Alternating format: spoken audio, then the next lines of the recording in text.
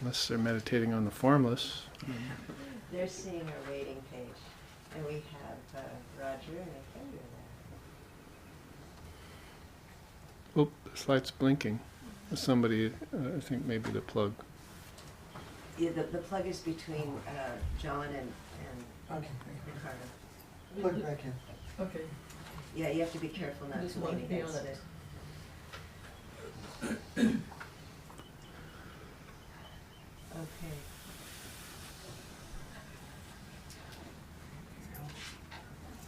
When you're ready, Babaji, turn on your microphone. It's on. Okay. All right, when you're ready, I'll turn them on.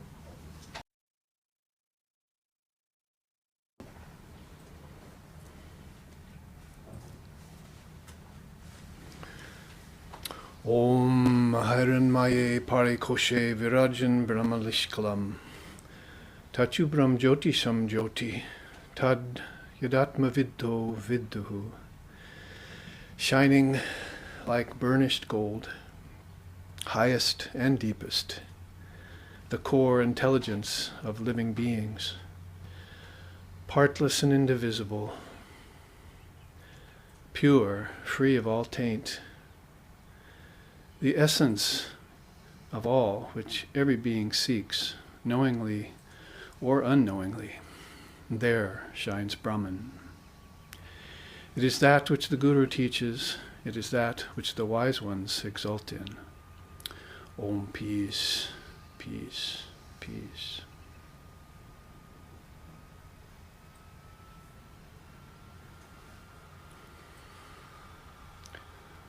Om Shravanayapi Buhu Bir Yo Na Labhyaha Shrinvato Pi Bahavo Yam Na Vidyuhu Ascharyo Gyata Kushulo Shalabdaha Ascharyo Vakta Kushulo Nushishtaha. Om Shanti Shanti Shanti. Some there are who have never heard of the great self within. Others, though they hear of it, fail to comprehend it. Fortunate is that one who hears of it. Wonderful is the one who speaks of it. But extremely blessed is that one who, having heard of it from the lips of an illumined preceptor, is able to realize it here and now, in this very life. Om peace, peace, peace.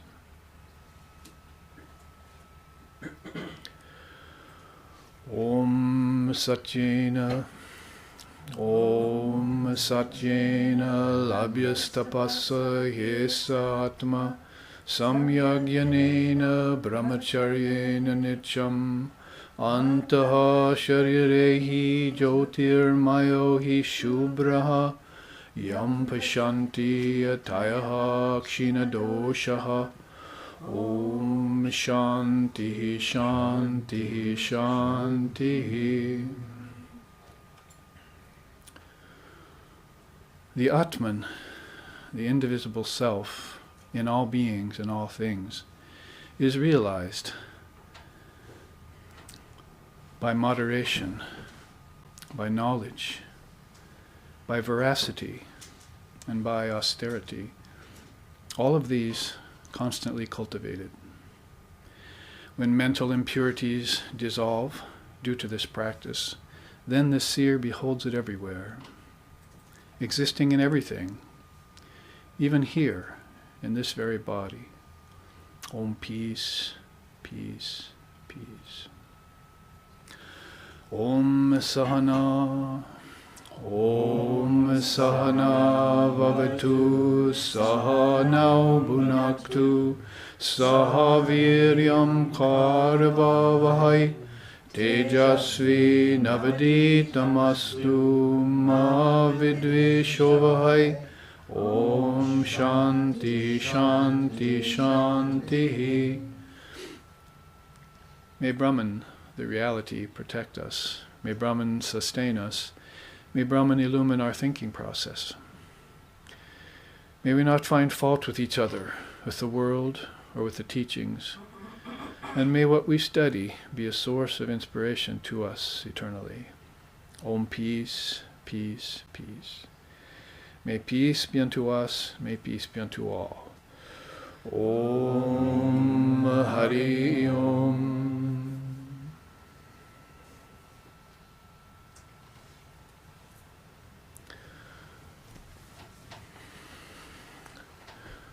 Welcome everyone to our second class on the weekend in San Francisco. This is the SRV San Francisco ashram, and we stand for Sharada, Ramakrishna, and Vivekananda, those three great beings who lived in the 18 and 1900s in India, in Calcutta. The great master, they call him, being an exemplar of Divine Mother Kali, or the path to divine reality through Divine Mother. And he was accompanied in this life by Sri Sharada Devi, also affectionately known to us as the Holy Mother, who was the teacher of my teacher, and who lived on into the 1920s and into the 1900s, and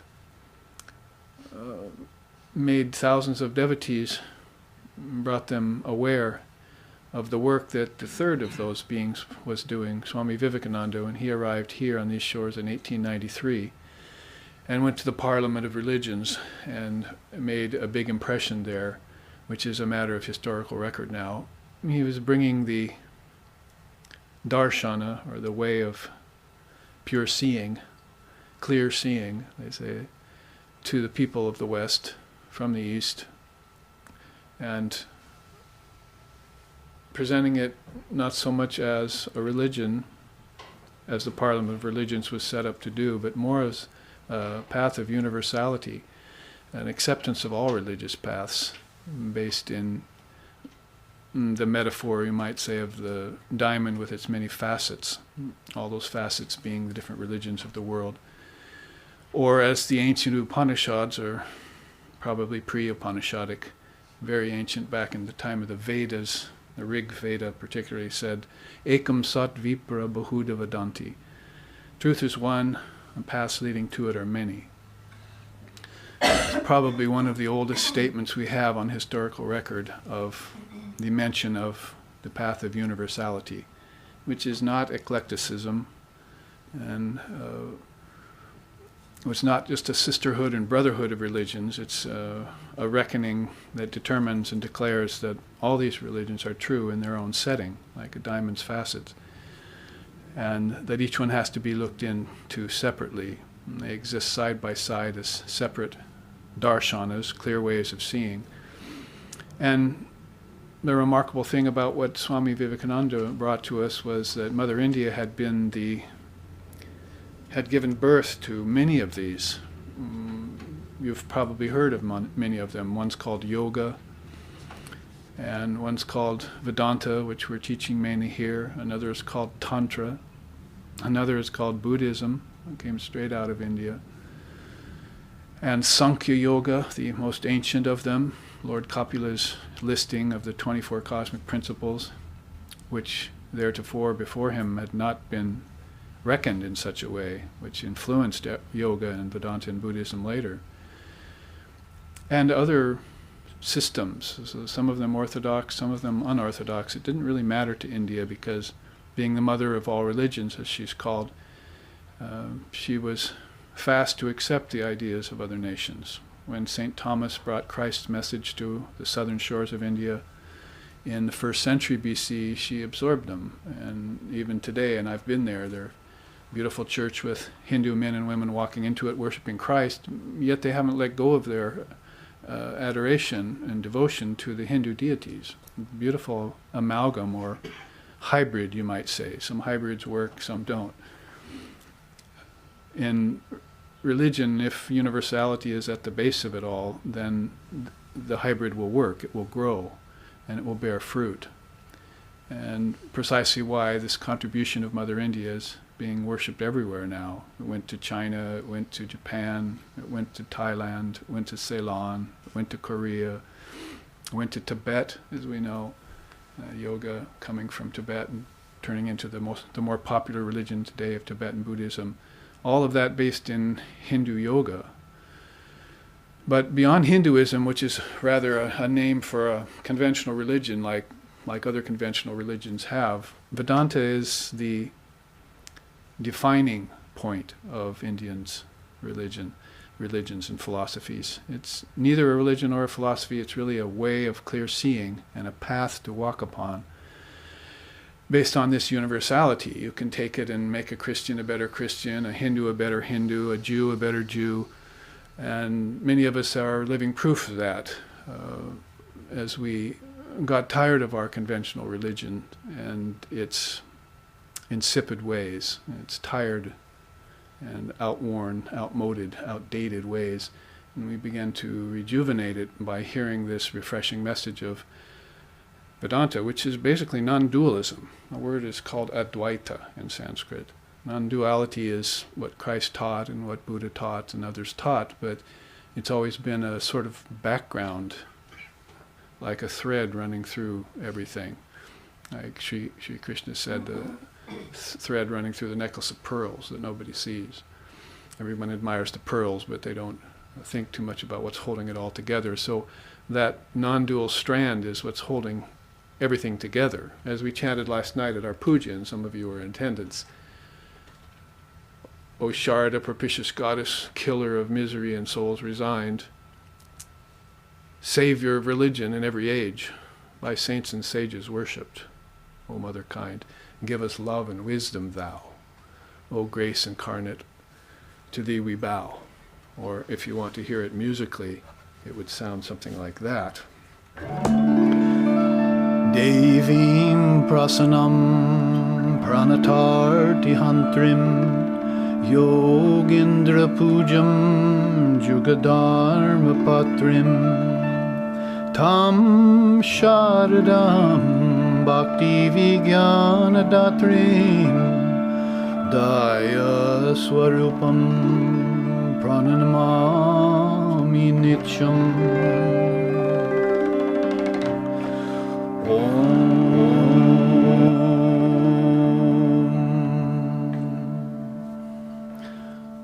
That's one verse of some 7 or 8 that was written by Swami Abhedananda, who was one of Sri Ramakrishna's direct disciples, who, after Vivekananda came to the West, to Chicago, in 1893 for that World Religious Conference, that Abhedananda followed later and took over one of the centers in New York that Swamiji founded, which is still there today, along with its other sister center, and teaching the Vedanta to Westerners. Now, yesterday we went into the 3rd chapter of the Shvetashvatara Upanishad, because this weekend is in honor of Shankara, whose birthday is this month, along with Lord Buddha's. So I'm giving a Zen retreat on Zen Buddhism up in Oregon in about a week, off of the Columbia River Gorge in the Wind River area, so to honor Lord Buddha's birth. The thrice blessed one, he was called, because he was born on a full moon, and he gained his nirvana, his enlightenment, on a full moon, and he also passed into samadhi on a full moon. And Shankara's birthday also today, not today, but this month. May is a very sacred month, having these 2 very non-dual souls born in it. One from the Buddhist fold, one from the Vedantic fold. One representing Advaita Vedanta and the other representing all strains of Buddhism. And then today being Mother's Day is also auspicious. So we have, as of yesterday, arrived at the 7th and 8th sloka of the 3rd chapter of the Upanishad, in which we showed this chart about Divine Mother.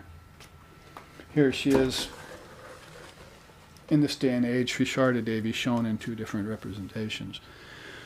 And so we want to honor the Upanishads that Shankara commented on, the 108 Upanishads, which is one of the reasons why 108 is such a significant number in the Indian philosophy, is that there's 108 Upanishads and there's 108 beads on your mala and so forth. So these 108 Upanishads, Shankara in his 32 years of life. When he lived 32 years, he was enlightened by the time he was in his teens, and teaching graybeards when he was in his 20s, and making commentaries on the greatest scriptures of the world throughout his late 20s and early 30s. So some of those commentaries were on these Upanishads. Upanishad. It's an interesting word in Sanskrit. It's like that upa, that guru you meet, which undoes the knot of ignorance. Upanishad. The teacher that undoes the knot of ignorance in you, so that you can live a divine life and a dharmic life, get on with the business that you're here, which is to manifest divinity in the form. There's no other reason to come to earth than to manifest divinity in the form. All other purposes take a back seat to that. How often we get distracted from that purpose by all these other sidetracks and forget our divine purpose and our divine heritage and our divine nature, which I was just chanting about, the Atman. Some have heard of the self, the Atman, some have never heard of it. Some hear of it and fail to comprehend it. So there's a whole cross-section of beings out there, many strata of living beings who, even though they may hear of it, they fail to go and realize it. And then, what to speak of realizing it, bring it full circle and manifest it in life. Just what we would really like to say, like to see. So, honoring Shankara, Lord Buddha, and Divine Mother of the Universe in this series of 2 classes this weekend, we move into the 3rd chapter of the Upanishad. Shvetashvatara, he was a very illumined rishi. Many of the rishis named their Upanishads after their family name, and Shvetashvatara was the sort of grandsire of that whole family line. And all of them were truth seekers and truth knowers, and by the time they had studied the Vedas deep enough and meditated and imbibed wisdom and created a whole culture in Sanskrit based upon enlightenment as being the main purpose of life, with no sidetracks or distractions in the way, life just went on in a natural way. Ignorance was not there, evil was not there. The light of Brahman was evident to everyone. There was no gray areas. It was a golden age, they said, and it's lived thousands of years now, so that you can pick up a scripture like this, as short as it is, and find truth as clear in it as it was back in Sanskrit in the early days. Sanskrit having so many words that we don't have in English for spiritual principles. That's the thing. Some of those words have found their way into our culture, like guru and karma and maya, and so forth. Some of them we're sort of familiar with, but there are many, many words that speak of these very subtle principles back deep inside the consciousness of mankind that have to do with principles and secondary principles, you might say. That is, qualified non-dualism and non-dualism both exist side by side in the Upanishads. You could have a statement, say, if we want to put it in Christian terms, I and my Father are one. Well, that's specifically non-dual. But then you could have a statement, seek ye first the kingdom of heaven, and all else will be added unto you. That's qualified non-dual, because you're seeking something which you already are. So it can't be non-dual, you see. So the non-dual stance is very special, is very singular. It's something that you must, Vivekananda said, you must rise up to. You can't pull it down to this world. That's the tendency of most people, to try and bring God down into the object or into the subject or into the subject-object relationship or into the worlds or into their comfort zones. God will not come there. You might have noticed comforts followed by discomfort, pleasures followed by pain. Virtue is afraid of vice. And those are marching on and on in cycles throughout time. So if you went to the Buddha and sat with him, he would immediately say, suffering is the nature of this universe, and pleasure is a kind of suffering. You must transcend those kinds of dualities. So yesterday we looked at transcending the dualities by triputis, right? Watch out for twos, but you should know that there are such things called threes, triputis. There's always a back door out of a duality, you see, that you can wiggle out. It gives you some wiggle room. And then you should also know that there are fives everywhere, 5 senses, 5 elements, 5 subtle senses in dream, 5 pranas, 5 types of prana or energy that flow, 5-fold mind. It's got all sorts of quintuplications going on, so the whole system is based on, according to the ancient Indians, a quintuplication process. It spills out from Om, the word, that Christ had that spot on, although John didn't understand it. It spills out from the word and then comes through the Trinity, and then to the Trinity the light shines and turns into all these worlds. So immediately you're at odds with the 7-day creation theory or the 4,320,000,000 year evolutionary theory. You're thinking more in terms of the great mind projecting everything and withdrawing it, just like you do every night in sleep. You wake, you dream, you go into deep sleep, and then you bring it all back in waking again. You're a little mini creator there, you see, a little mini preserver, a little mini destroyer. You're a manifestation of these three. It's the Brahma, Vishnu, and Shiva, we call it in Sanskrit. Brahma is the one who projects the universes in space and time. Vishnu preserves them. Shiva destroys them at the end. And destroy here doesn't mean annihilation. Nothing doesn't exist. You can't take something back to nothing. Neither can you get something out of nothing. That's why we don't believe in God creating a soul. How can you create a soul? A soul just is. You can't create a soul. Soul's not made of energy or matter or thought. A soul is pure consciousness. And they've known that from time out of mind, and pure consciousness exists at all times. It's not dependent on processes. It's not dependent on transformation. It's not dependent on time, space, and causality. It's an eternal principle. And it always is, always was, and always will be. And that's you. That's you. I am that. See? Tat tvamasi. That thou art. Buddha pointed at the moon when he was talking that non-dual truth, and they all looked at his finger. So people haven't got the idea yet that I and my Father are one. Or if they do, it's only Jesus. You see, you're a great soul like that will know that, but the rest of us can't. But then why did he say, be thee perfect as thy Father in heaven is perfect, if he didn't know that you too had that same soul inside of you? No different. The only difference is in manifestation. Vivekananda said that at the Parliament of Religions. There is one soul, and it breaks apparently into many parts. Apparently it breaks, but it never actually separates itself out at all. It's indivisible. That's why I just chanted that. Hairan Mai Pari Koshi Virajan Brahmanishkalam. It's indivisible.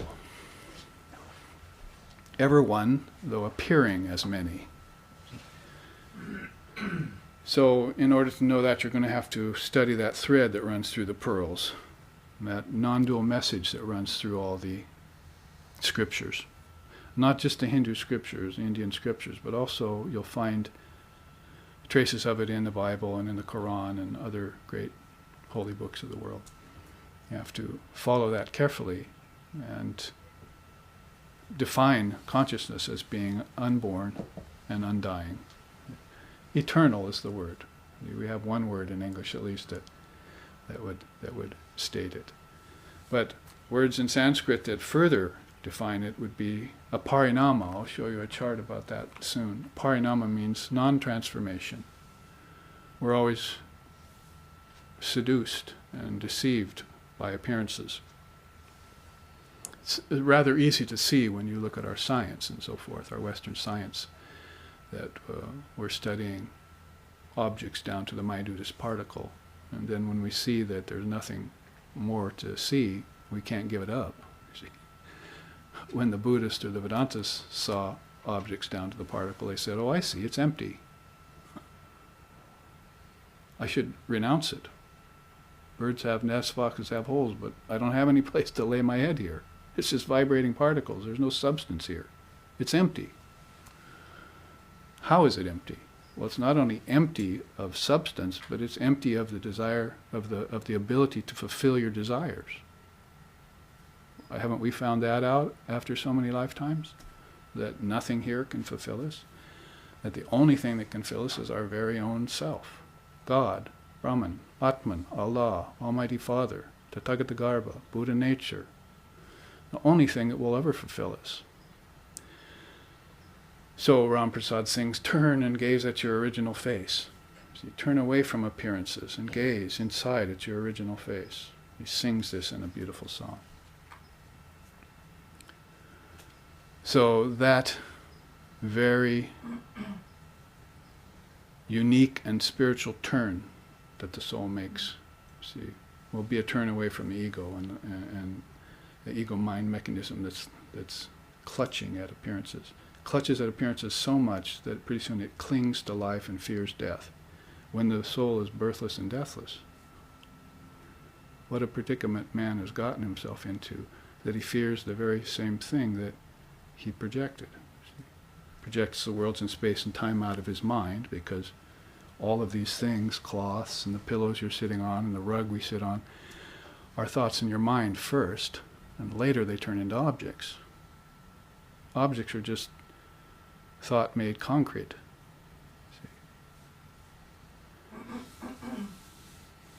They're thought solidified, intelligence solidified. You're sitting on your own intelligence. You're living in a world of your own devising. Unfortunately, some of us aren't very good projectors, you see. We come out of the womb, or into the womb first, and then come out of the womb with a skewed idea of what the world is like. Because in our past lifetime, we didn't clarify everything before we died. You have to clarify everything while you're still breathing. Somebody wrote me last week, how do I make my dream state lucid? See, everyone's talking about lucid dreaming nowadays, you see. I said, by making your waking state lucid, how else? You have to live a divine life first before your dreams follow. Because if you're living a nightmarish life, then you're having nightmarish dreams, right? So what's good for the goose must be good for the gander. So render your waking state lucid. Master the waking state.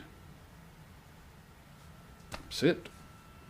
Stop. You told me that yesterday. See, sitting, talking with one of my young students. Said, just want to stop and make everything turn off. Slow everything down so I can see how my mind is projecting everything. And when you see how the mind's projecting everything, you're not going to blame God for all of this anymore. And you're not going to conjure up a devil to blame things on. You're going to see that it all came out of you, including God and devil, came out of your own thought process. And then you can see the great self beyond forms. You see, beyond Brahma, Vishnu, and Shiva is the great mother, and beyond her is the Nirguna Brahman. And we looked at that yesterday in terms of verse 7. We saw the distinction that they saw between the Supreme Brahman and the personal God. They put it so nicely for us. The original distinction they saw was the isolation of soul from matter. If you want to put it probably in most easy to understand yeoman terms, what Buddha was really doing when he was sitting under the bo tree for 49 days trying to free himself from his rebirths with his ancestors, what he was really doing was separating the soul from nature. Because the soul and nature have a relationship. In other words, God with form, Saguna Brahman, is all appearance, it's all an overlay. Brahman can't be brought into a form. It's always formless. And that's how it stays free and clear of everything, you see. It's formless essence. Pure consciousness, we just said. And you have to raise yourself up, rather in, to see that. You see, you'll have to be a hailstone that falls in an ocean, gives up its form willingly, or a salt doll that walks in the ocean to try and measure it, you see. But never comes back again. Nobody can measure that ocean. But just short of the shores of that boundless ocean of consciousness is the ocean of Ananda, you see, the ocean of God with form, Brahma, Vishnu, and Shiva. Or they say Om, the great word. In the beginning was the Word was with God, the Word was God. That's three things. Nobody thinks about that. They say, oh yeah, the Word. See? But it was it was, and then it was with God, and then it was God, all three. That's 3 stages of the word that's happening here. So you study a Triputty again. See, you're not satisfied just to know there's some vibrating principle out there that you haven't connected yet to your quantum physics, to know that everything's vibrating, not only on this world, but in the subtle realm, and in the realm of the Trinity too, everything's a vibration. It's just the vibration gets so fine there that it turns into light. No different here really than there, light or sound. So these principles become extremely subtle, and you have to develop subtle senses to inspect them.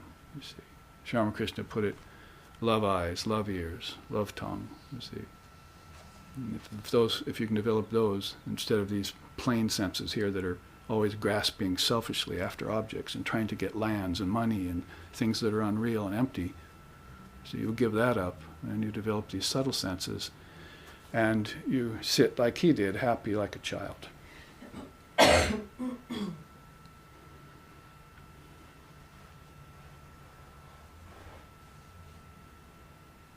And taking on and giving up a body is no different than a child outgrowing old sets of clothes and taking on new clothes, as Krishna says in the Gita. So they made that discriminating distinction between nature and soul. Soul is not nature. Divorce her. See, you have an unholy relationship with her, divorce her. That is, learn how to see your formless essence again. Give nature up, give form up. Don't reincarnate anymore. Don't ponder nature all the time. Don't get attracted to the beauty of a sunrise and an ocean, and think about the ocean of consciousness within you. And you're not going to surf it or fish it or mine it for hydroelectric power. It's not that kind of ocean, you see. It's an ocean of bliss inside of you, which renders all of this blissful once you see it. Seek thee first the kingdom of heaven. Grant unto Caesar what is Caesar's, but take unto yourself what is the Lord's. So what belongs to the Lord is this boundless ocean of consciousness out of which all of this spilled in vibrational form. From very, very fine vibration to subtle vibration to gross vibration. Guess what? You're in the realm of gross vibration right about now, you see, where things are solid, you see, solidity. Right there. Objects. Ether, air, fire, water, and earth. See, that's way below the cosmic mind, down in the gross form where the earth is the 5 elements. And guess what they connect to? Odor, flavor, visibility, tangibility, and audibility. As we were saying yesterday. Earth connects to smell. So if you want to know how the earth was created, so-called, meditate on your nose in the sense of smell. If you want to know how water was created, meditate on your tongue. Yogis do that all the time. They meditate on different parts of the tongue. If you want to know how fire is created, meditate on your eyes. Sight. What gives sight? And air with feeling, and ether with hearing. Hearing is the subtlest sense in my tradition. Can't be anything subtler than that. So those 5 connections, you put together the 2 quintuplications, right? And then across the board here you see the gross senses: excretion, procreation, moving, acting, and speaking, right? They go together with smelling, tasting, seeing, feeling, and touching too. So you've got 20 principles right away that most beings are leaving unconnected. They're just random out there. Oh, now I'm eating, now I'm watching TV, now I'm looking at a sunset, without any idea of how these connect inside. In other words, where their origin is.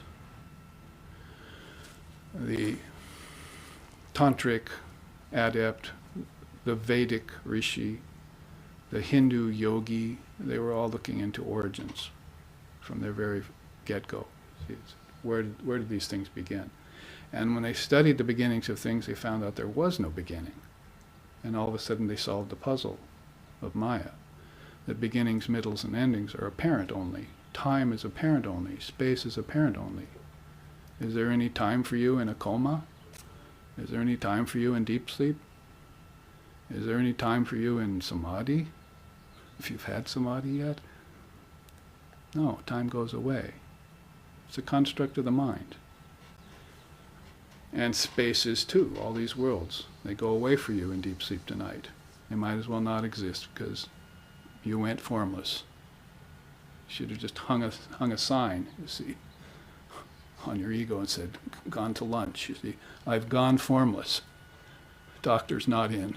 See. And I don't know when I'm coming back, you see, because there's no time. And I don't know where I went because there's no space where I'm going. Vivekananda said it nicely. He said, where is the time which the soul will come when all of time is in his soul? Where is the space to which he will go when all of space is in his soul? No, we're not thinking about things being internal, kingdoms of heaven within. We're thinking about everything being outside. So Western man particularly is stuck, you see, in that doesn't understand formless reality. If you talk to him about formless reality, he wants to hang something on it. He wants to find somewhere to hang his hat on it, you see. Oh, it transforms, right? No, it doesn't transform. It evolves? No, it doesn't evolve. Don't go there, see. It had a beginning, an origin? No, it has no beginnings or endings. You have to knock them down every time, you see. Like my Swami did for me. I learned all of this from Hindu Swamis. And I was born as a Westerner in this lifetime for some unknown reason. As all my samskaras are Eastern. So this tendency to turn God into an object, see, it's been with us all along. It's been the creature of our fancy. And unless there's an object, we're not happy. Yet there's no happiness in objects. Go figure. Why? Because objects are empty. Not only empty of substance, because quantum physics has at least shown you that, but empty of the desire to fulfill you. You can feast on them forever, and you're just like having cotton candy for dinner. See? No substance, no sustenance in it.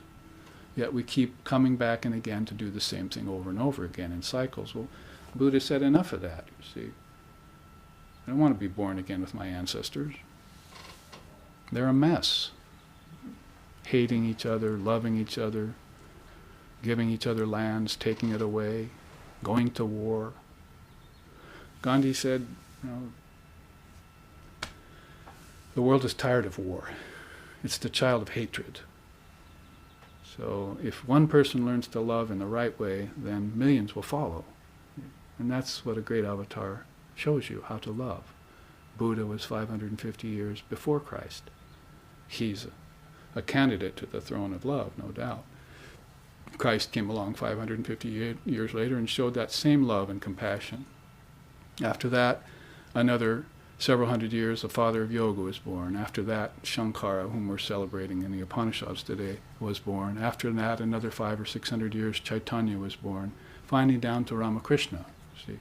So India, if you just take India alone, is sending out these avatars, they're called. There's another word that's worked its way into our English language, you see, avatar. But I don't mean it in the Hollywood sense. Whereas again, war and machines and domination over races, that's Maya. It's not avatar. The avatar is coming to try and get us up and out of Maya. You are never in Maya. Maya is in you, so be done with it, is how Swami Vivekananda put it. You're never in Maya. But you're just not on vigil anymore, you see. Like in deep sleep, you just give up. You may be formless in deep sleep, but you're also as thick as a brick, you see. As dumb as a stone. That's the difference between deep sleep and samadhi, because if you go into samadhi and you'll come out refreshed, not just with physical reflection, you'll come out having seen the light of Brahman. In deep sleep, the curtain of nescience, you see, right there, that flows off of it, is keeping you from seeing your true nature. Curtain of nations, nice term. Or cloud of unknowing, if you ask the Buddhists. Cloud of unknowing. Some primal ignorance back there that's keeping me from seeing my true nature. Not only from day to day and night to night, sleep to sleep and decade to decade, but from birth to death and death to birth. This thirst for life, forever quench. It drags from birth to death and death to birth the soul. They conquer all who conquer self. So give up the worlds. They're not worth conquering. They're empty. Conquer yourself. Because all the worlds came out of that self. Through the word. So if we see the great self could be correlated with nirguna Brahman. We studied the three gunas yesterday, if you remember, right? The three gunas of Rajas, Tamas, and Sattva. And the power of obscuration, the power of distortion, and the power of revelation. So those are the three gunas, particular to the Vedanta teaching, as we said. But nirguna means, like nirvana or nirvikalpa or any other nir word in Sanskrit, means extinction. Just like Buddha divorcing from nature. I will make nature extinct. And I'll get a divorce from form. And I'll sit in my non-dual nature. And then I can come back and engage with nature, because nature, I now that nature came out of me. Before that, I thought nature was a separate reality from me.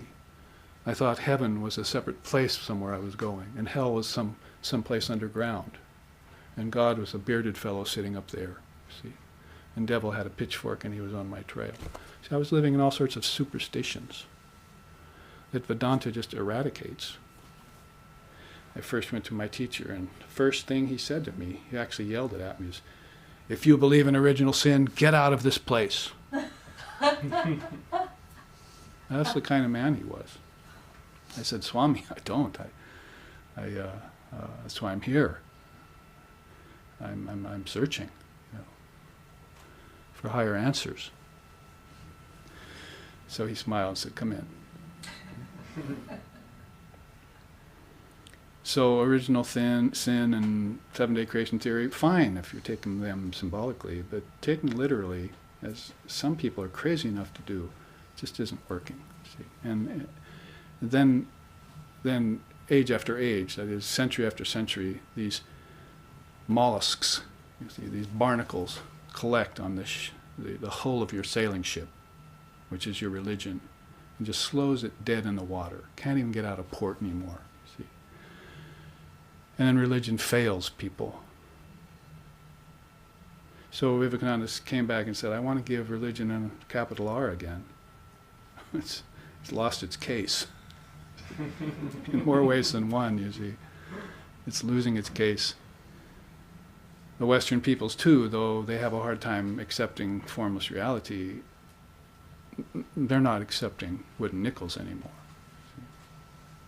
The thin, sour gruel that fundamentalist religion's pushing at them for a diet, they're not accepting it anymore. They're looking to India for answers, and to Tibet, who has practiced Indian religion for 1400 years, and to Zen Buddhism in Japan, and Dzogchen in China, and so forth. They're looking there. The wisdom traditions, they're looking. You see, because faith without wisdom becomes sentimental and superstitious.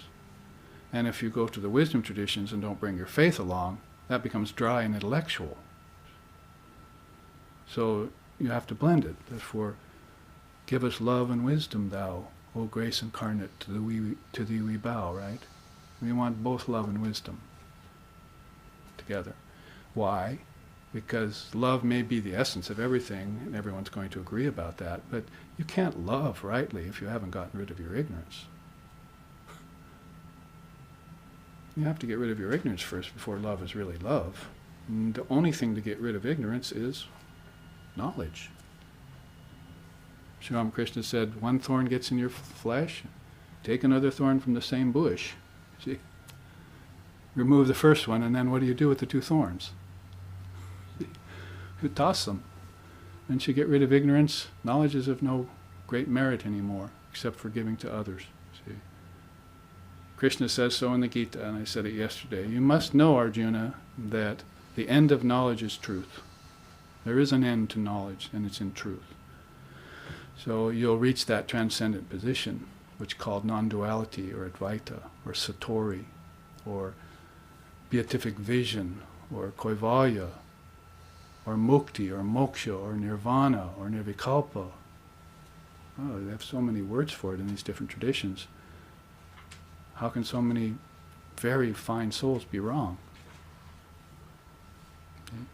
If just one person came along, like Christ, and told you, you could crucify him, or deny him, betray him even if you were his students, you could betray him. See? But if so many come, one after the other, pouring out of the cosmic mind to show you the way, see, because in India, the avatar is not a savior. He's an exemplar. He didn't come to pay for the sins. He came to show you the way out of sin.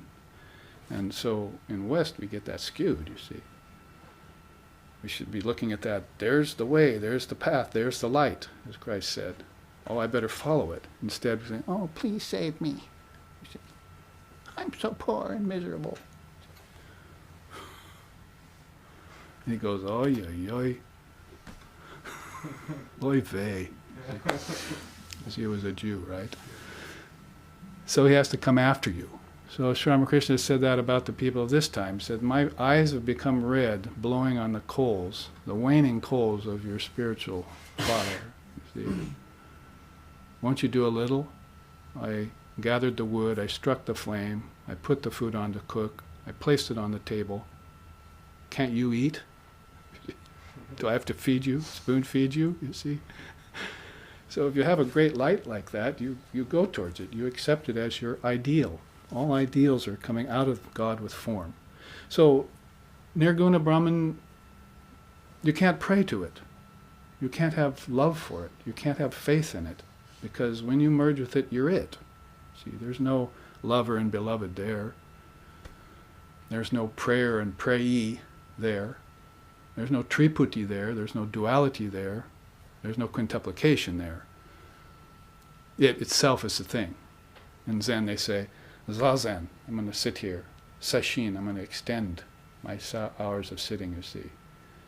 And I'll get enlightenment. And the Roshi says, I'm going to give you a koan, you see. Zazen is enlightenment. Sitting is enlightenment. The minute you come to sit, you're enlightened. That's the way they think of it in Zen. Now how's that for a mental asana? The Westerners so caught up with physical asanas nowadays. Completely taking yoga in the wrong way, see? As if twisting your body into pretzel shapes is going to get you enlightenment. You need one position, this.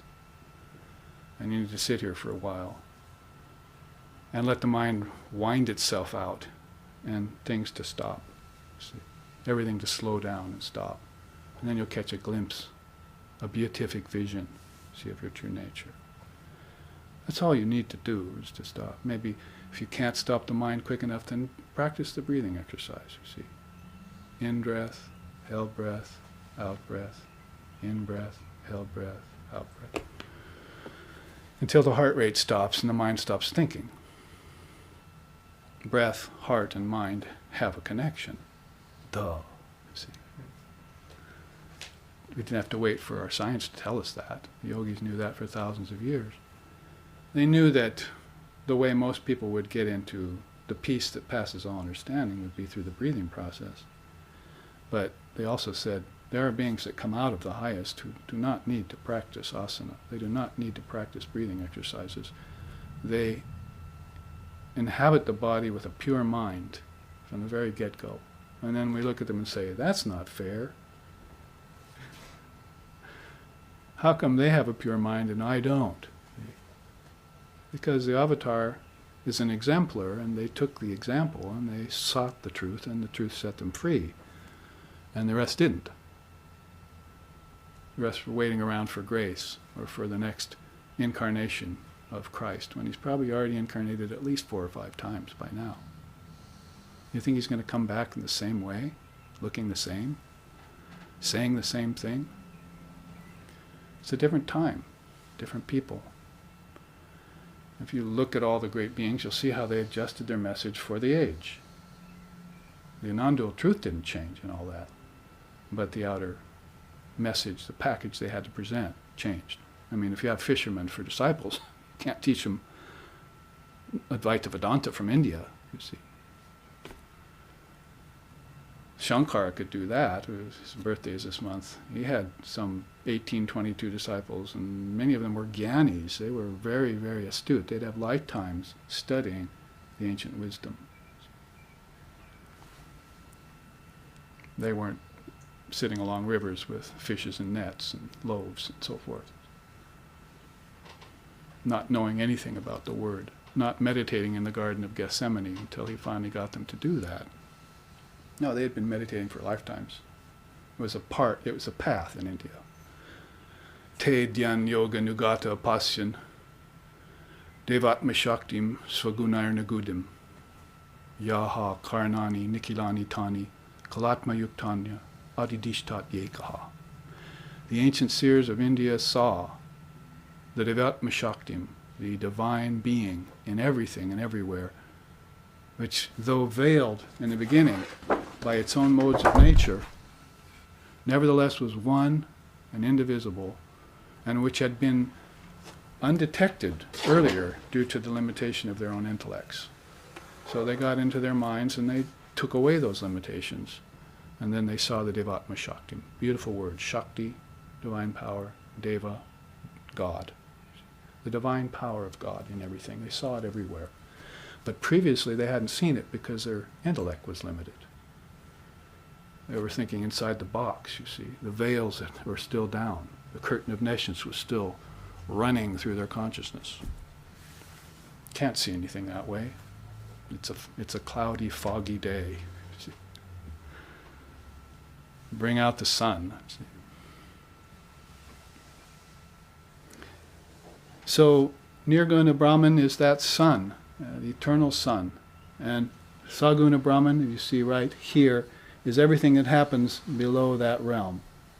If you looked at this nature of Saguna Brahman, what would you see?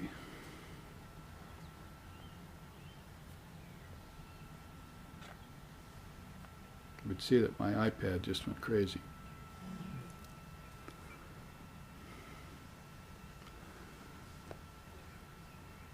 Might as well start with a quote. The Jnani, that's the wisdom knower, through his discrimination realizes that the ego and the universe are both illusions and perceives Brahman in his own consciousness. So, path of knowledge, right? How about the path of love? Down here, you see, the Bhakta is the Jnani, and then there's the Bhakta. So the Bhakta feels that God is one entity and the world is another. Therefore, God reveals himself to him as a person. Now, the advantage of the Vedanta is that we're given both. Somebody sees God with form, another person sees it without form. But you come to the Vedanta and said, Ramakrishna tells you God is with form, God is beyond form. And guess what? God is beyond both form and formlessness too. That's the Triputi, you see. You're not going to get stuck in just the concept that God is form and that's it, or that God is formless and now I've reached the end. You have to realize that God is both with form and beyond both form and form both, you see. That's true transcendence, you see. It's unlimited. The limitations of my intellect didn't let me see that, but when I got unlimited, I began to see that, how boundless and expansive the ocean of consciousness is. That's why it's free of attributes, nir, guna. It doesn't have any attributes, it doesn't have any coverings, it doesn't have any forms or names. Therefore, it doesn't have any problems, no issues, see? No concepts, no knowledge even. It's bereft of everything. It's free.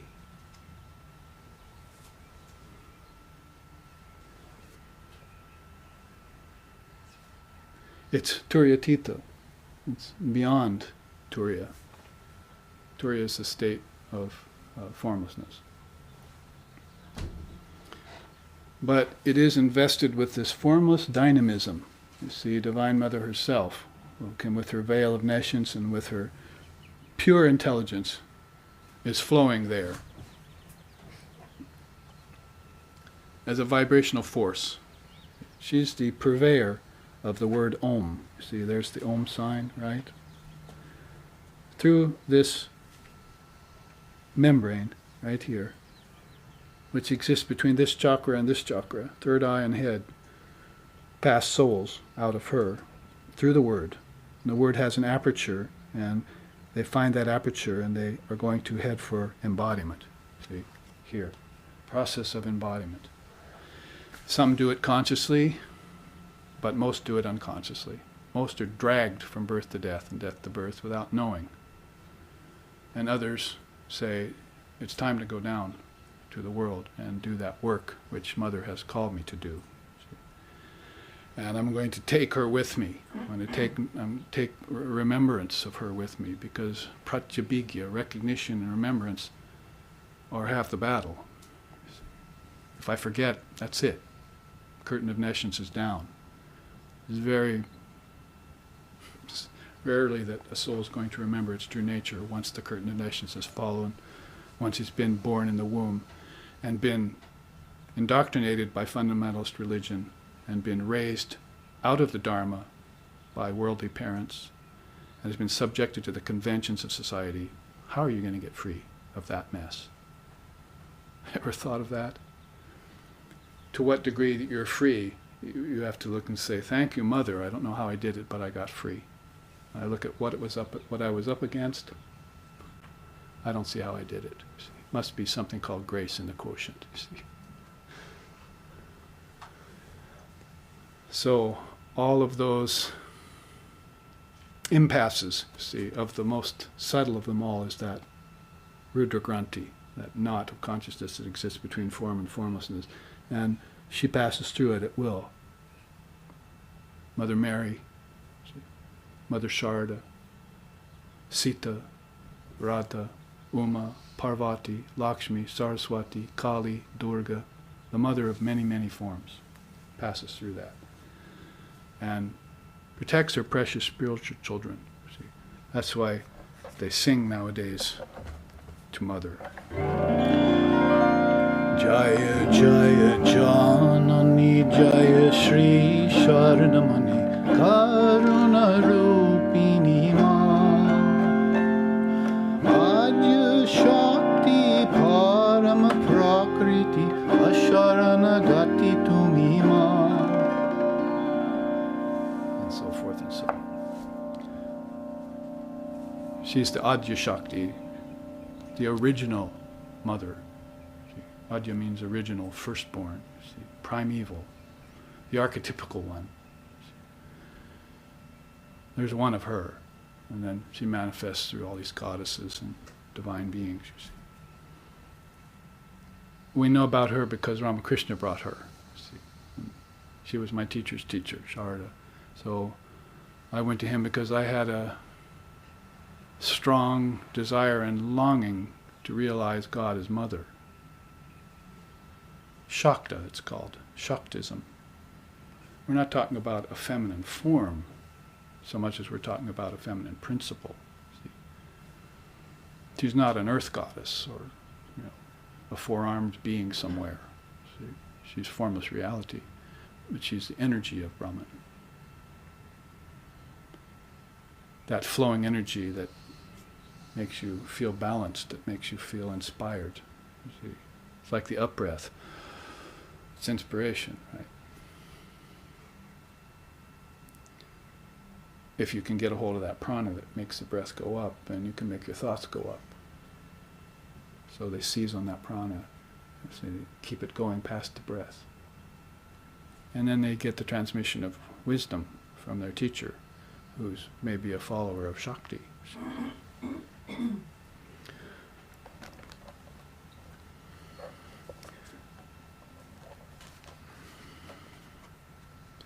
What else is there for us to look at? Gunas in abeyance, we already said that. It's near gunas, so when everything comes into form out of her, you see, and goes through the formless Om and spills down into the Trinity, and then the Trinity spills down into the cosmic mind, collective mind, and individual mind. And that all spills down into the world through the quintuplication process. The gunas are in operation. But that all happens without this ever changing in the slightest. Higher than the personal Brahman is the infinite supreme Brahman, who is concealed in all beings according to their bodies, and who, though remaining single, note that, though remaining single, envelops the whole universe. Knowing that one becomes immortal. So all that change, all that apparent change, and that apparent transmutation, and that apparent transformation, that is all non-actual. See, in English you try and look for words to explain the formless. Probably in any language you do, but in Sanskrit they had some very good pointers, pointing at the moon, you see. They had some very good pointers to lead you toward the formless that we're lacking here, that we don't have a non-dual philosophy in the West, bereft of it. We have to go to the wisdom traditions for it. Of the East. Sun rises in the East, but it sets in the West, doesn't it? So if that wisdom that came to us, most recently through Vivekananda at the Parliament of Religions, is beginning to set here in the West, then we have to be there for that sunset. And realize and imbibe that truth. So you make it a part of our lives, express it, manifest it. And then we'll have done credit to a great being who sacrificed so much, who came out of the highest reality. Ramakrishna called him a Nityasiddha, an eternally perfect soul. So he came out of the highest reality through Mother, which he used to say, she's my especial thing. You don't understand Mother yet, you haven't caught my fire. She's the especial thing in my life. And he was a monk, sannyasin. So he came into the body, and so we will do him a great credit and great justice and give him great gratitude if we can imbibe those teachings he brought to us, which I'm speaking to you right now. This is all Vedic wisdom, mixed in with some Tantra, some Yoga, some Buddhism, even some Christianity. Even Islam is there, you see. Ooh, we're afraid now, you see. There's no such thing as a foreign religion. You should X that from your vocabulary.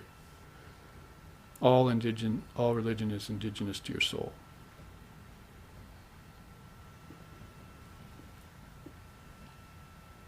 You can learn so much. Our founder was a Sufi sheikh, Lexikson. He was the head of the Jarahi order of dervishes here in the West. An honor bestowed upon him by Sheikh Musafir Effendi. So he was not only a Vedantist and a practitioner of Tibetan Buddhism, but he was also a Sufi sheikh. Nur al-Jarahi, we call him. Sheikh Nur al-Jarahi. And how much light he shone on Sufism and Islam for us. See, in a time when the tendency is to turn them into infidels like Christianity did, you see. The Pope would put on armor and go to war against the infidels. What's a Pope doing on the battlefield? Is it any wonder that Gandhi said the world is tired of religion or tired of war when even religion is engaging in it? That's crazy behavior. Just insane. All based on superstition. In the ego that wants to dominate over others, you see. Domination is one of the 8 occult powers. Making oneself higher than another is another. Grander than another is another one of the occult powers. Trying to levitate is another occult power. These are crow droppings by the side of the road. Who said that? Sri Ramakrishna Paramahamsa. And thousands of years before him, Sri Krishna, his namesake, said, if you have even one of the occult powers, you'll never reach enlightenment. If you hold even one of the occult powers, you'll never gain illumination. So renounce them. But there are teachers about now who are saying, trying to endear you to the occult powers. as if that's what the yogi seeks. Those powers come to the yogi unasked, and he never uses them. Finds a way to file them away somewhere, out of sight, out of mind. If he has to walk on water once in a while, it's his business. See? He can do it. That he makes sure the message is right. So, in terms of this seventh sloka, in terms of this chart, we are making the very necessary and healthy subdivision between Nirguna and Saguna Brahman. The sloka says, higher than the personal Brahman is the impersonal Brahman that is concealed. So here's Brahman walking around on two legs, mankind. Why are you worshipping images in temples? Vivekananda said. You should be worshipping a living God, man walking around on two legs. That's the sole object of my devotion. My man, the good, my man, the evil. They're both subjects of my devotion. So, devoting oneself to the worship of God and mankind is his ideal. This quote here is the same one that's in the Upanishad that we're just studying. So those of you who do not have texts, that is Sloka 7 of chapter 3 that we're just looking at and taking apart. And we should probably move on. Let's look at Sloka 8. I have realized this great being who shines effulgent like the sun beyond all darkness. One passes beyond death only upon realizing that there is no other way to escape from the circles of birth and death.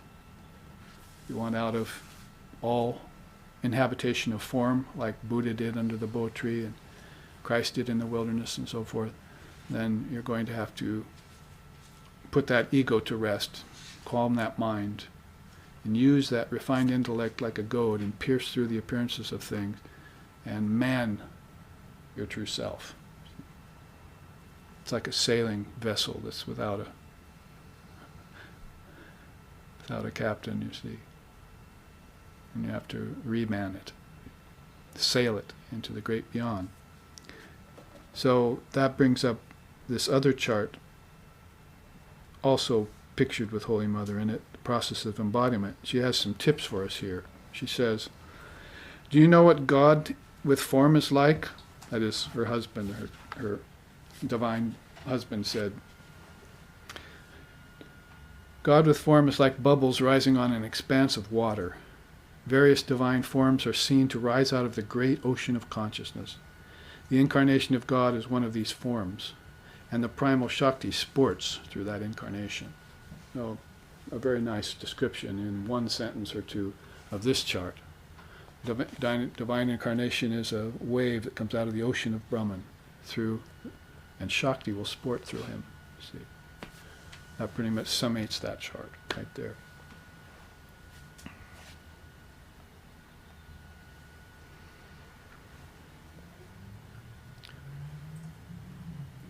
Now, she says about embodiment, after the birth in a human body, some attain salvation in this life, whereas others take inferior births to reap results of their karmas. Not all can be free from desire. The creation is going on because all cannot be free of desire. Desire is the seed that's keeping the worlds running.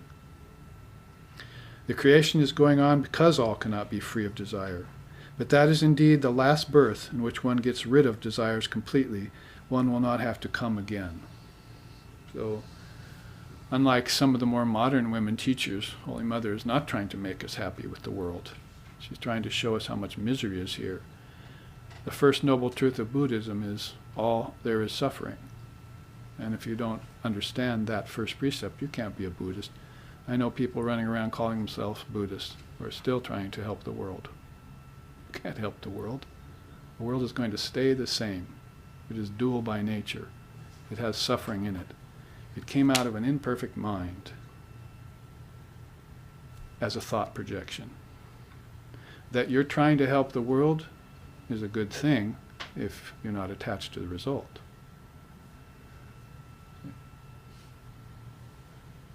You don't do good acts, random acts of kindness. You do very specific acts of kindness. Random acts of kindness, I don't agree with the bumper sticker. These acts of kindness have to be very well discriminated, you see, and placed in the right setting with the right person at the right time. Those three things are key. Right person, right intention, right time. And then you'll see some positive transformation. And even when you see a transformation, that's non-actual. That person was already the Atman. You're just helping him to see it. The soul can't be created, we said. It's all there in everyone. To the same degree it's there. Quantity and quality, the same souls in everyone. It's just the degree of realization of that soul that's different. Same soul, same quality, same quantity. The degree of realization varies. That's all. So pulling away veils from people's eyes is the work. See, then they will help themselves. And as they help themselves, they won't make it a better world. They'll leave the world. Because the world's unreal.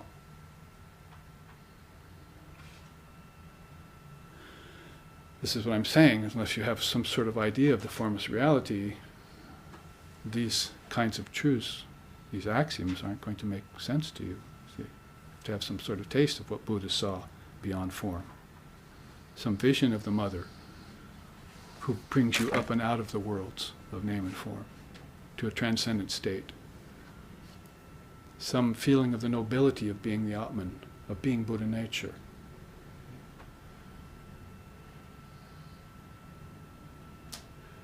Of having true love. So she's giving us some good clues here, and that's a question that's asked quite often, and she answers there. Why is the creation going on? Because of desire. She pretty much nails it. And all the religions are pretty much in unanimous assent about that. It's desire that's the enemy. Krishna says in the Gita that desire is at the root of everything. It's this smoke that covers the fire. See? The embryo that covers the fetus. See? It's there veiling everything. So do away with it with the fire of knowledge. Nahi gyanenam sadrishyam pavitramiha vidyate. There's only one purifier in this world. It's the greatest of all, and that's called knowledge. Get a hold of that, use it, get rid of ignorance, and then be content and free. Live in a content and free state from then on. Whether the world exists or not, whether it's real or not, whether you can help it or not, really won't matter then. Because there is no world, there's only Brahman. That's another way of putting what I just said. Maybe more acceptable to you. You can't help the world because it's not a world. It's Brahman. And Brahman doesn't need your help, thank you very much. You need your help.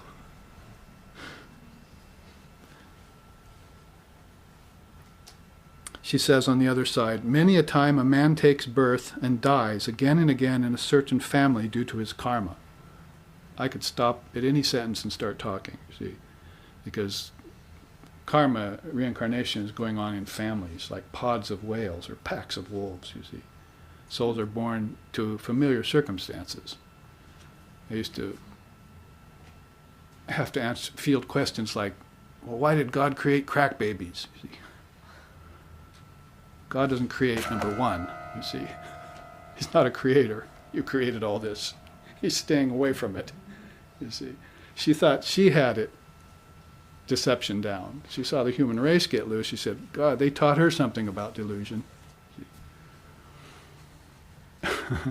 Out there in the field. Like children playing, what mess they're going to get into, you see. Craziness they're going to perpetrate.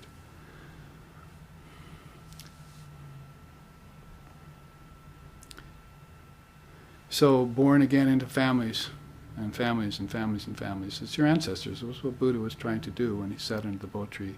How can I disassociate myself with my ancestors?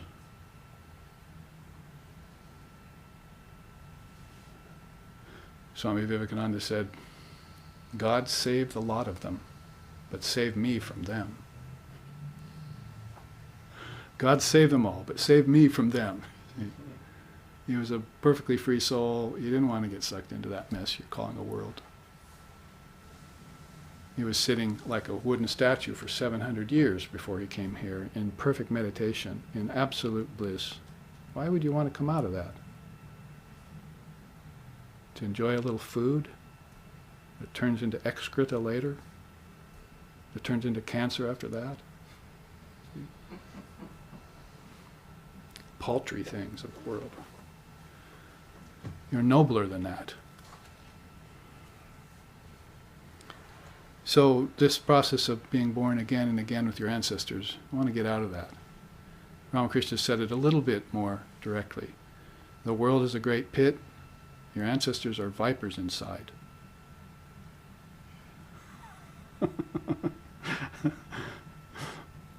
Even good ancestors are vipers. Because what do they want you to do? Here, have this land. Here, take care of me when I'm old. Here, take this money. There's strings attached to it, but take it. See? So good moral people, they're a danger to you until they've learned the Dharma. Beyond morality and ethics is Dharma. Morality and ethics says, thou shalt not kill. But Dharma says, thou cannot kill. It's not possible to kill anything because it was never born. So immediately you're seeing the difference between the Dharmic precepts and these moral rules that they've been feeding you. You never learned that those people on the other side of the battlefield are birthless and deathless. You were thinking about, should I kill them or should I not? Is it right to do it or is it wrong? So you're caught in this duality all the time, and that's war. It's more war in here than it is out there. Because the more of those evil beings you can dispatch, the more opportunity they might have to come back as illumined souls, you see. Let's just mow them down. That's what Krishna says on the battlefield to Arjuna. He said, that's the Adharmic army over there. So what if your grandfather and a couple of your cousins are in that army? Kill them. They're birthless and deathless. You're just dispatching their bodies. And they're not the body, by the way. At least they've known that in India for a long time. We haven't even learned that yet. Cling to our bodies as if it were something real. See? Let it go. Let it go in meditation first. Zazen, the Zen Roshis tell you that's dying on your cushion. They said, have you experienced death on your cushion yet? They ask you that, you see. Call you in for a session, you see. Have you experienced the death of your ego yet in meditation? They want to know that first, you see. Because then you're a candidate for freedom. Then the body is just a station you visit and evacuate. And fear of death is quickly going away every time you do. And attachment to the body is going with it. And it's freedom. It's at least the prelude to freedom, you see. So, one sentence out of her mouth in this day and age. You could just go on and on and on about it. Spouting relatives and absolute truths both, you see. That's what she calls up in us. She goes on, but one should not blame God for this. Does not blame God for being born again and again in the same family. God didn't have anything to do with it. So she's giving you a big clue here that God does not have anything to do with your life. Not this God, the Nirguna God. You can't bring him into life. You can't blame him for anything. He's not responsible for you. You can't pray to him either. You're going to have to come down here to submit your prayers to the personal God. And if he's only here every 500 years, it's going to be a pretty hard time you're going to have to try and get your prayers answered. See? You're going to have to find him inside of you.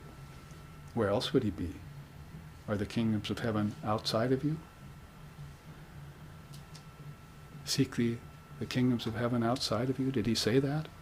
Or did he say they're within you? See? How do you get to them? Through subtle nerves. You have gross nerves, hundreds and thousands of them. You take them out and tie them together, they'll stretch from here to New York and back, they say. How many nerves you have in your gross body. But you're not accounting for your subtle body yet. How many nerves are in that?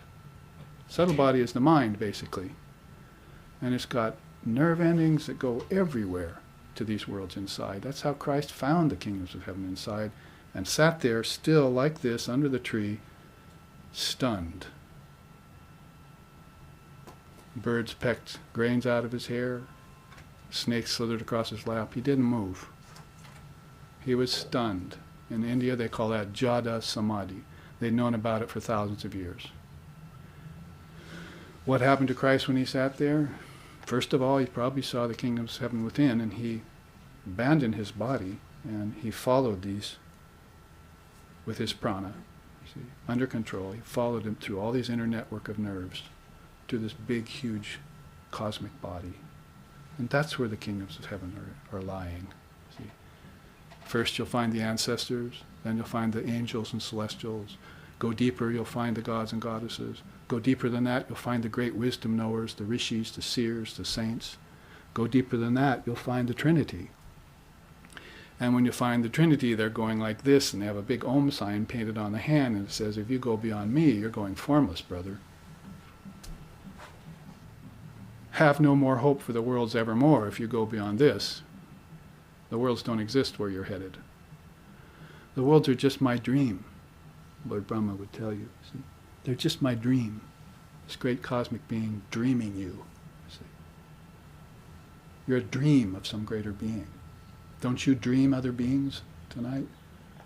Don't you have a whole host of servants and people that you're lording over in your dream? And do you have any guilty conscience for destroying them after your dream's over? Lord Brahma, this is all the cosmic dream. And Vishnu will sustain it. And you better know Shiva, because he's going to come and destroy the whole thing, dissolve it back into its source again. Where is the source? Nowhere? Nihilism? Annihilism? Death? Emptiness? No, it's back into the Word. That's what was in the beginning. But Christ didn't want his religion based on origins, Genesis. He wanted it based on I and my Father are one. That's a true religion. In the beginning was the world. Word means origins. So great, yeah, come to know the Word. But it was only with God when you found it. It wasn't God yet. You're going to have to go through the Word to find the Lord. How did he say it? We get to the Father through the Son. He happens to have three of them here. See? Three good sons. Brahma, Lord Brahma will make it a slow process, and Vishnu will make it an easy process. But if you meet with Shiva, he'll say, let's get this over with now, like a good dentist. You see.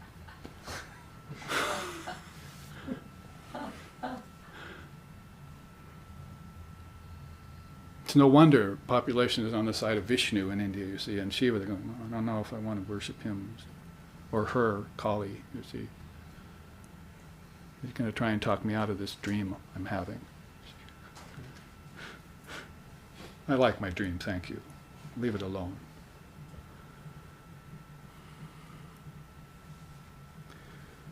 So don't blame God for your rebirth, she says. Everyone reaps the effects of their own action.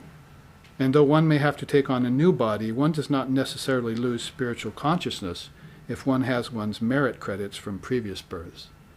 So you bring it forward. Memory. There's a word for memory in our tradition that's much deeper than, getting out a bunch of photographs of your dead parents, you see, and having a sentimental trip. See? And to make a sentimental journey. See? Memory in India means memory of your past births. And if you know memory of your past births, you know why you are the way you are in this body. Is it the only way to find out? If you walked into Sri Ramakrishna's room, he would look at you, watch your gait, see your height, see your thickness, see how far apart your eyes were in the forehead, what your ears were shaped like, if your chin was jutting out, cleft, stubby, if your breast was inward, outward. By about 50 different signs, a sort of spiritual physiognomy. He'd know exactly where you'd been in your past lifetimes. Could tell you within minutes. And he'd also know what's bothering you and what you needed for this lifetime, just by looking at your features. Like you were a sort of a blueprint, like a jet airplane blueprint, you see. What's propelling this person? What karma's impeding him, you see?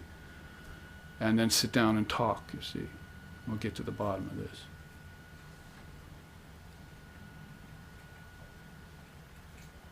But it was practically unknown when he was alive. Now, 5 million people follow him in just a short, less than 200 years, see. Keshav Chandra Sen was the great leader in Bengal at the time. Nobody hears of him anymore. They all hear of Sri Ramakrishna, see. So hidden. We say Brahman is hidden, concealed, like oil in sesame seeds. So will come out at the right time, at the right moment, for the right group of people, like this small little group right here. Let me introduce you to the avatar of the age, who is the avatar of Mother Kali, who has brought the mother here for our highest good. Meet Sri Ramakrishna Paramahamsa. He's not going away. We have to unwrap him for several hundred years. And Swamiji came after that to help us do that. And her words are still there from the 1920s. I think she passed away in the 1920s into Mahasamadhi. So you don't lose your spiritual consciousness if you have your spiritual merits, you see. Remembrance of what you did in the last lifetime. You bring that forward with you, and you don't forget it.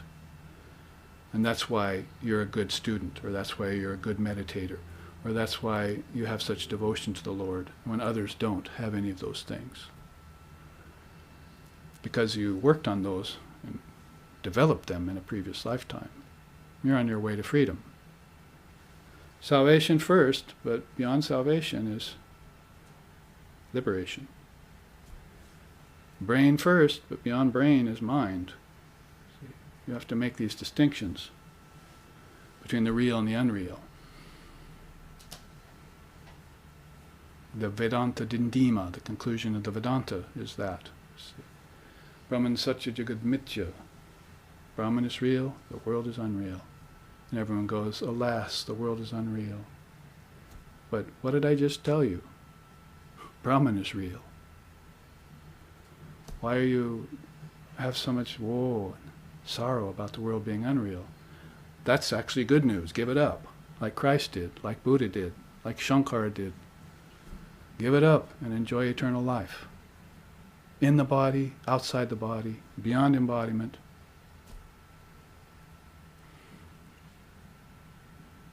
It's not like you have to blow your brains out with a gun or something, you see, or abandon the body right away. Just live as if you're not the body. You're not the agent of your actions. You're not the owner of the objects. It's really quite simple.